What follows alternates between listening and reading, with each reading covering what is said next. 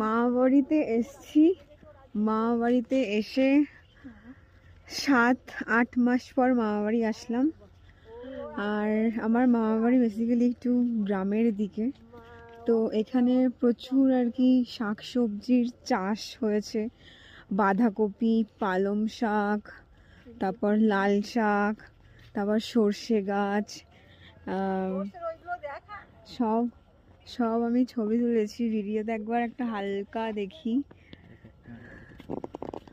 তো সব ছবি নিয়েছি, ছবিগুলো সব পোস্ট করবো। আর আমার দাদুর ভেরি আছে, তো ভেরির আজকে মাছ খেলাম। কী কী মাছ খেলাম আমরা? ভেটকি মাছ, ভেটকি মাছের পাতুরি, চিতল মাছ, চিতল মাছের মুইঠা, তারপরে কি বলে চিংড়ি মাছ, ওই বাগদা চিংড়ি। আর একটু দেখি, হ্যাঁ